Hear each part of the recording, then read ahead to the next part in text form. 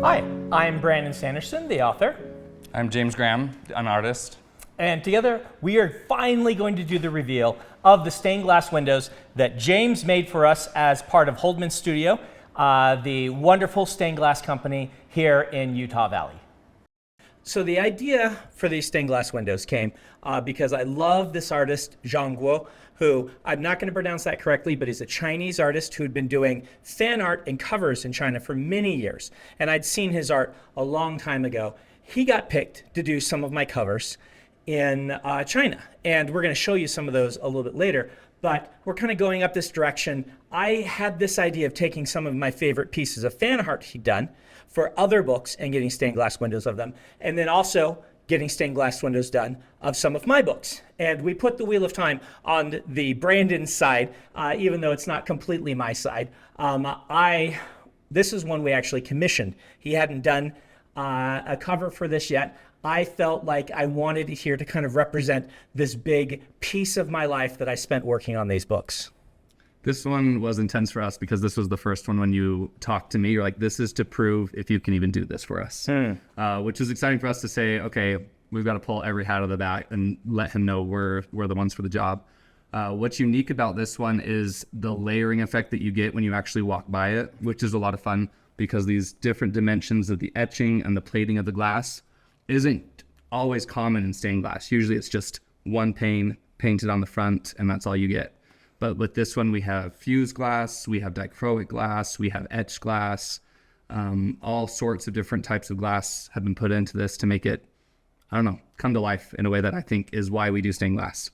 Yeah, for Kalendor here and for the little ring in Moarian's hands, which that is based a little bit on one of the book covers by one of my favorite artists. And so you used for these a really interesting kind of pearlescent, iridescent stained glass. Where did that come from? It's actually really exciting. That is developed by NASA. And once we found out about it in the art glass world, we're like, this is brilliant. Why would we not use it in art glass all the time?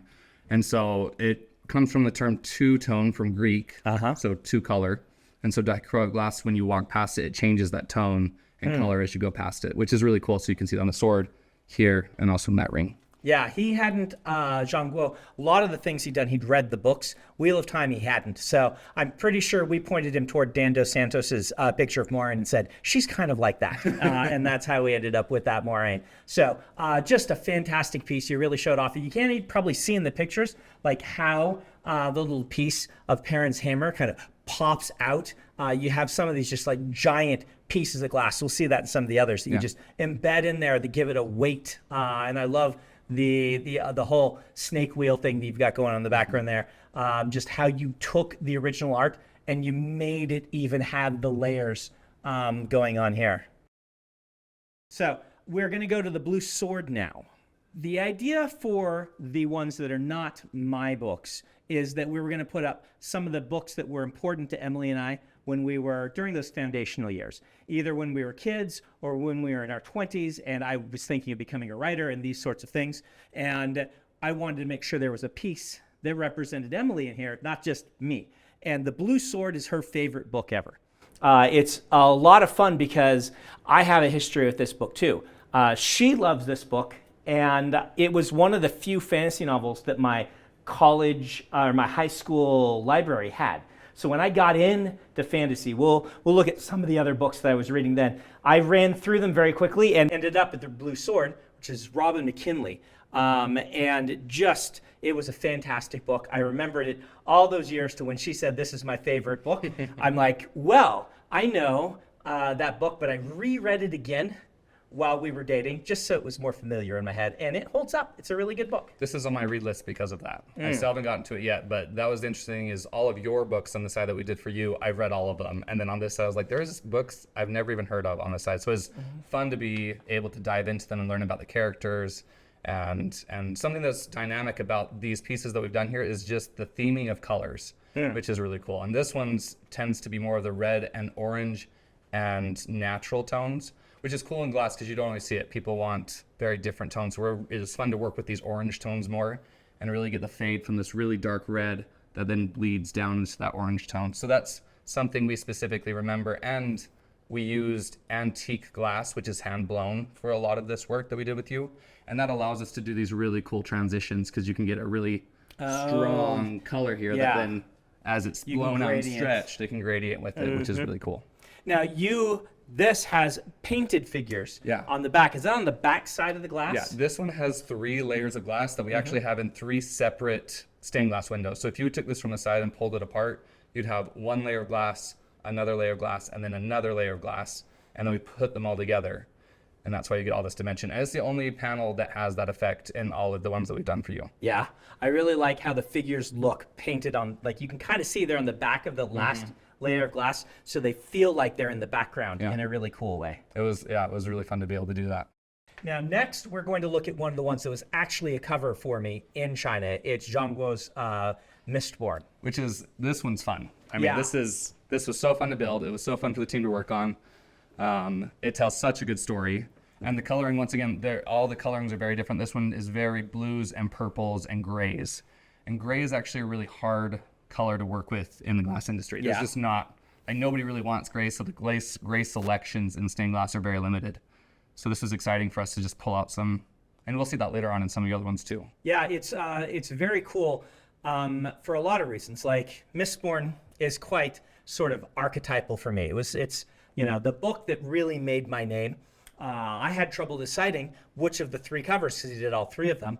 But one of the fun things we were able to do is we did make some edits. For instance, we brought Kelsier a little more prominent. If you look at the actual book cover, there's a hooded figure. You can't tell who it is. And we actually took the hood off. We took the text off of it and things like that so that we could make it into an actual, stained glass window rather than just an advertisement for the book. Right. And before it had him just in a cloak and we added all of the Mistborn cloak ripples coming off, which was fun. This was also really nice too because the swords and daggers are all made out of amethyst. Oh, really? Obsidian, sorry. Obsidian. Actual obsidian. Actual obsidian. So that was really cool with when we were doing that, we were able to actually use obsidian in, and so you have that. Have you ever done that before? No, not in this type of, I mean, we've used agate before, but we've never used obsidian. Straight up obsidian? I didn't know that. Yeah. That is really, really cool that we have actual obsidian. How'd you make the symbol discs? Those are really fun. We actually took powdered frit and we made them into molds and then cut out the center and put more frit into those to create the color difference between the 2. Frit being just ground glass? Ground glass, yeah. And then we fused those together to make those pucks or rondelle. Right, because you have an entire glass blowing studio there. I've been there and made things. So how much of the glass are you making? How much are you buying? That's a good question. Large glass manufacturing plants are massive. They're warehouses that are able to do this. So I'd say about 90% of glass is purchased and brought in, and then we manipulate from that, and 10% we can work with. And that's we're making stuff like this. Down below, we're looking at his hammer.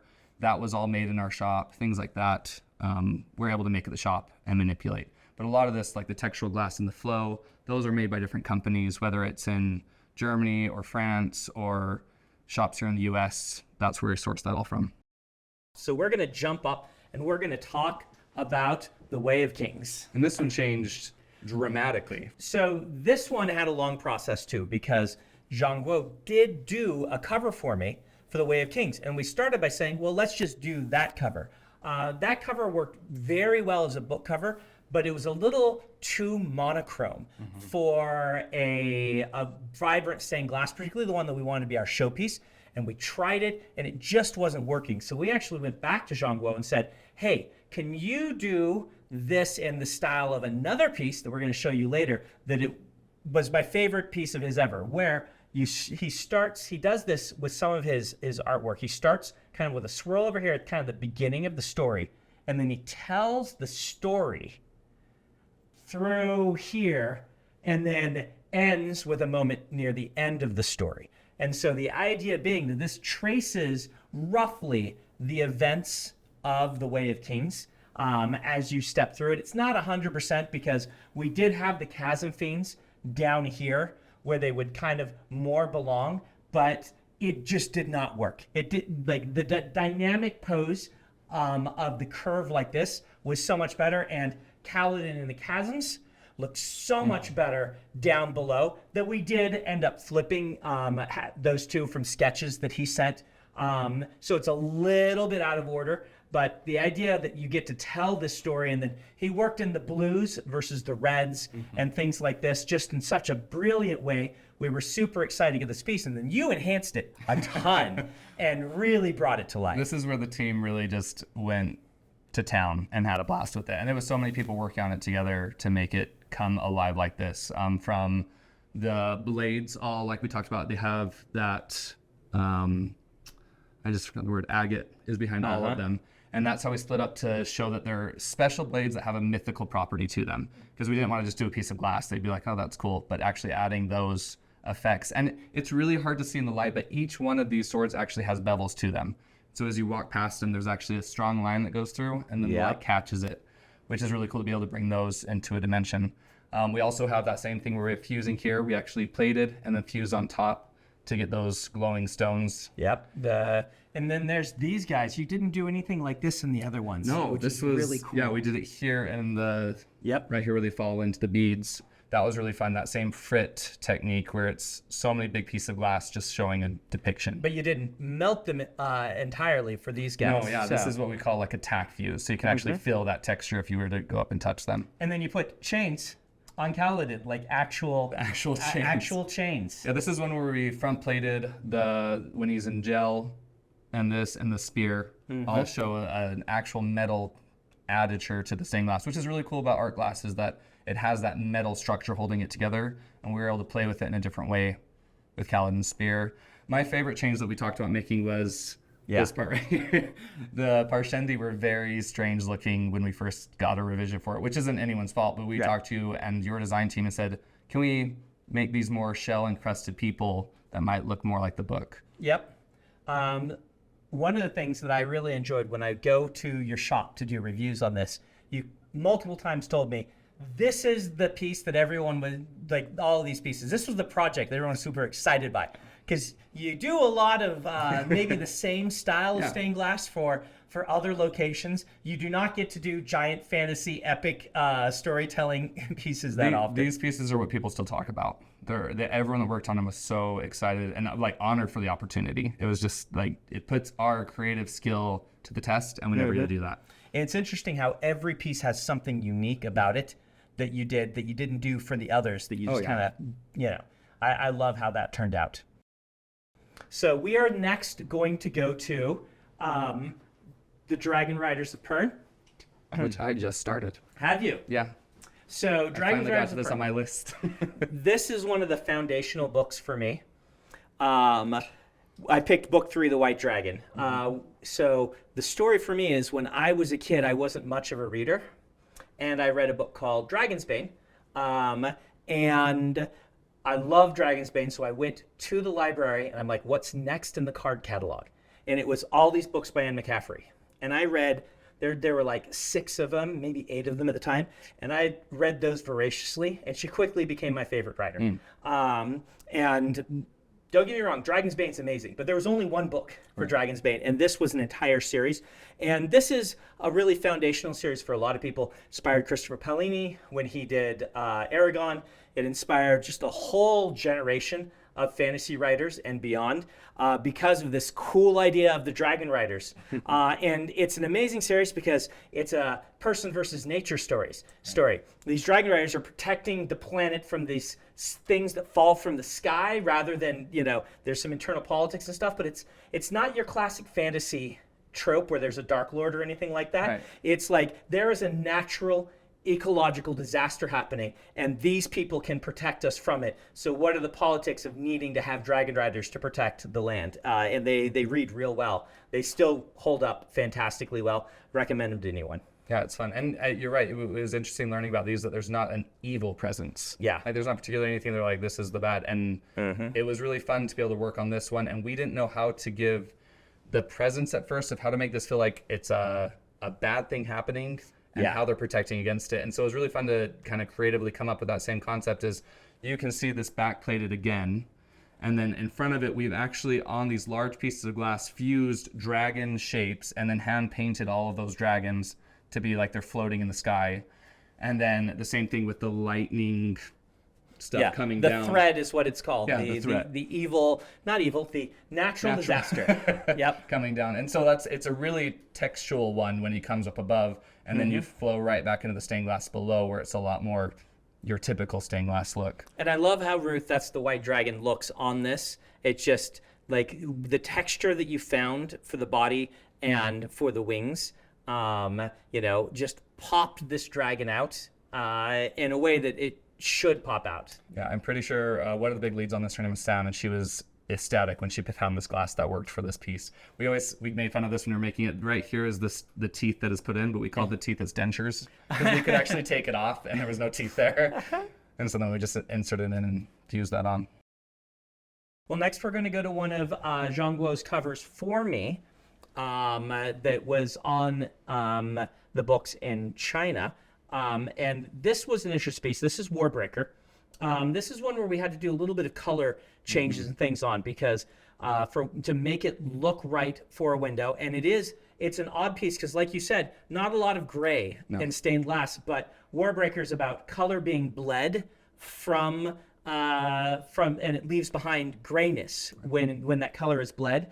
And Jian Guo's piece, he's very good with directing attention and eye work. And this idea of the figure in the center, I'll try not to give spoilers, but the figure in the center kind of representing life and color and everything around him having been bled away is a very powerful sort of metaphor for the books, which meant that we needed a stained glass window that was mostly black and gray. Yeah. And we like to think when we were building it that we started with the sword, which bleeds out that black smoke. Night blood is. And so to be able to have that start as that point where everything around that is gray, but then when you get up, you have that opposing form of that there's all this bright color coming down through the center. And this was fun because we had a lean towards, we're doing a gray blue so that we could get a lot more dimensionality to the piece. Okay. Because if we would have stuck with just these, I mean, you can see how they kind of are very flat in nature. We're like, we don't want this piece to turn into just a flat wall. And so we worked into this blue-gray tone, which I think worked really, really well. I mean, with the skirt flaring and the robes, it really makes those things come to life. And we're able to work with every amount of color in this piece. I mean, you have every color of the rainbow there. Right. Well, and you've got blue on Vivina there quite distinctly, who is also known as Azure in the Cosmere. And it really works very well, both cosmologically as well as just with the piece itself. And I love having, every time I walk by, I'm like, oh, I've got a little nightblood on my wall. That's exposed. Yes, to the yes, yes. Very dangerous little nightblood there. And we've got this opal sort of feeling thing at the center of Sisebron there. And the first thing that we did there was, it's backplated with that diachro glass we talked about, but then the front, we took a jewel and we started to try to make it multifaceted, and we hated how it started to look. And so then we made it more organic in its facets so that it looked more like a orb that was catching color and bringing it in and absorbing it versus a multifaceted, which looked very structured and kind of strange on his chest. So I think this really helped pull like everything in together. It's beautiful. I love how that. The big change on this was his hair. It used to be this blonde, like little. It did. It's like, almost it's a page boy cut. I am from the cover. I remember that. Yes, changing his hair. I went and I was obscuring his name, then I just said it, but that doesn't matter. This is how it should be. Yeah. So well done on that. Thank you, Dan. So now we'll go up here and we're going to do the Belgariad. So this is one of the big foundational series that I loved when I was younger. I might have instead these days picked Terry Pratchett. But for many years, the David Eddings books were my favorite. They read very YA. You can totally read them today, but I will give the warning. Unlike Anne McCaffrey, these do read very YA. It was before YA was really considered a thing. And I don't know that these have held up nearly as well as some of the other things in this haul. But this is kind of a nod to, if you would have gone to me at age 16 and said, who's your favorite author? Would have been David Eddings. And there was a period in there where I loved David Eddings, and I waited breathlessly for every book. even though back then there wasn't the internet, so we didn't know when a new book was coming out. It's just like I would go to the bookstore regularly and hope that I would see when it came out. And I remember the day when one of his new ones came out, and they'd made like an actual tower out of his books that went up. That was back in the days before Amazon and things, when bookstores were where you got your books. And so if they were going to sell 500,000 copies, they were sold through the bookstores, where these days, if you sell 500,000 copies, 400,000 of those are getting shipped through the mail.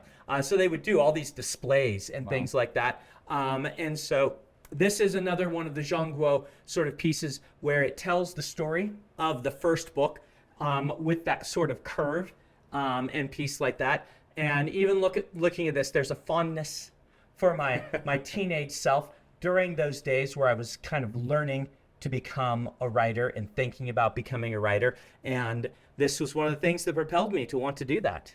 Yeah, it was fun. A big shout out in our team was Cameron and Nick, who are actually big head glass artists. They were one of the ones that took a big hand in this one. And you can tell it too, because there's a lot more painting. Where with a lot of them, we purposely tried to keep the glass as telling the story as natural as possible. We really wanted the glass to shine through and tell that story. And this one, it leans more towards telling the story through glass painting. And you can see that with all the character building here and the owl. There's just a lot more painting that goes into it, which we had to pack a lot of information in a very small space very quickly. So I think it worked out really well for this piece to be a lot more paint inducive. Well, and lets it stand out. Just like every one of these pieces has something that kind of makes them stand out. You get to this one, you're like, something's a little different about this one. And it is that the number of faces, the amount of painting, all of these things they really fit this piece quite well. So we are now going to go to my first book, Elantris. Which is also the first book I ever read of yours. Was it?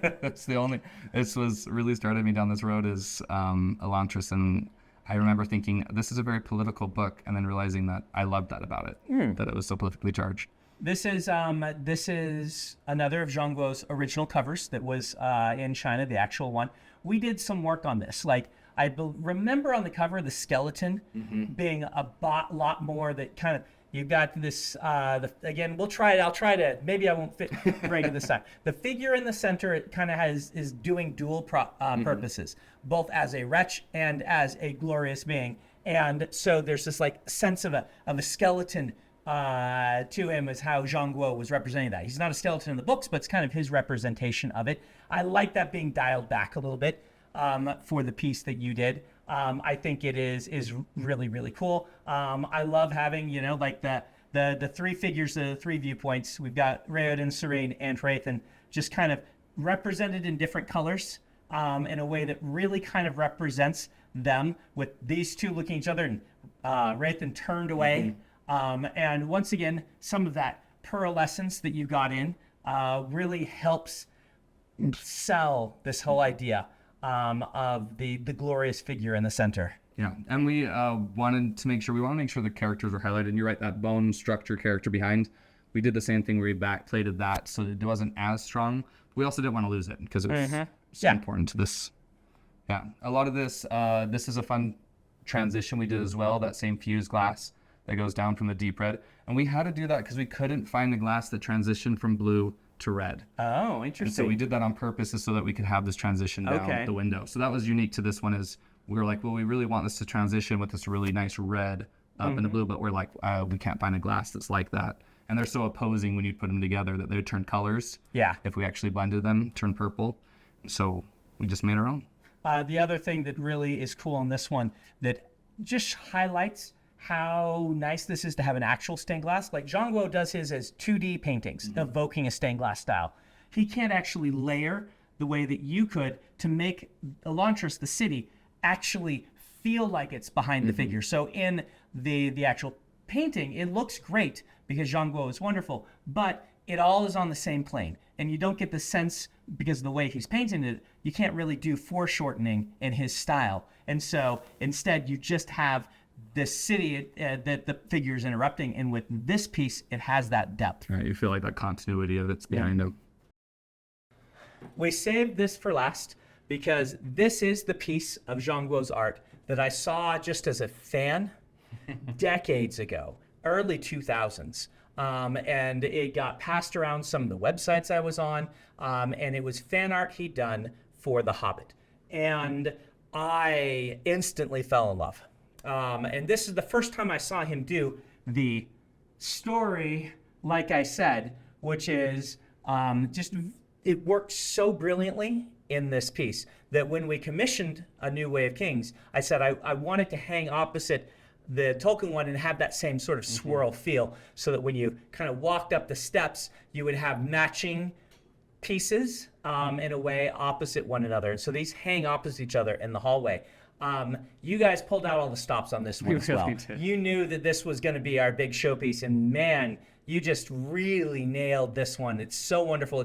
It's so distinctive even from the art piece that Jian Guo made. Yeah, and I think what made this one so incredible is we actually assigned team members to different sections of it. So we walk out of someone, we're like, you're assigned to this portion, you're assigned to this portion, you're assigned to this portion, and told the artist, show us your best abilities. And so it was really fun to see. These pieces right here are spun rondelles that they then cut into to make the giant. Oh, that's cool. The rock giants are actually huge chunks that we made and we shattered and then built them back up to be the rock giants. All of the rock around Gollum is all fused and then layered and painted with different coloring, so you have that backlighting that comes up behind him.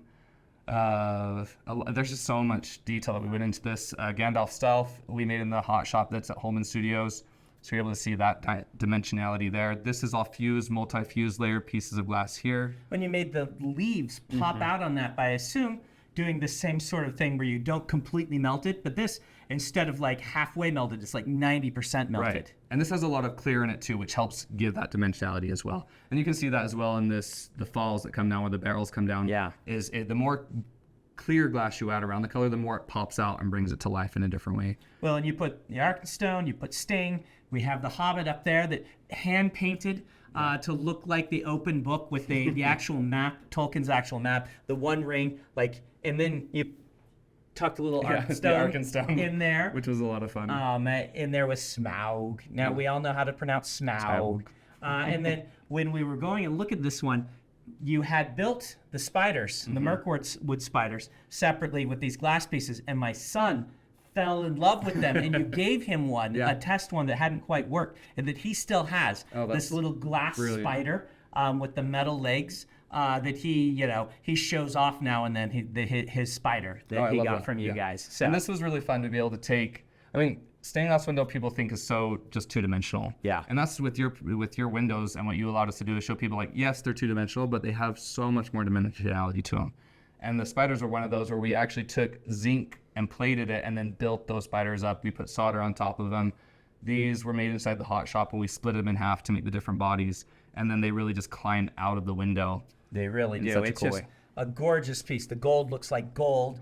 I mean, I love that you shattered the glass on the rock golems. You told me that, and I'm like, that's just so cool that you brought them together and put this all and made it this wonderful piece that is a showpiece. I really appreciate you, James, and everyone at Holdman. Yeah. Everyone at Holdman. I did want to mention, my team wanted to let you know the one of these that we have the copyright for. We don't have copyright for all of them. They're Jian Guo's. But we have the copyright on the Way of Kings one because we commissioned that. So we actually have a playmat of that you guys can go get. We loved it so much. And things like that. We hope that you enjoyed looking. I know a lot of people have wanted this. They've been asking us for years, and we had to get me and James in the same place to come and show this off. But this is the tunnel that leads between my house and my office underground with all of these pieces in it. Thank you so much, and I hope you enjoyed it.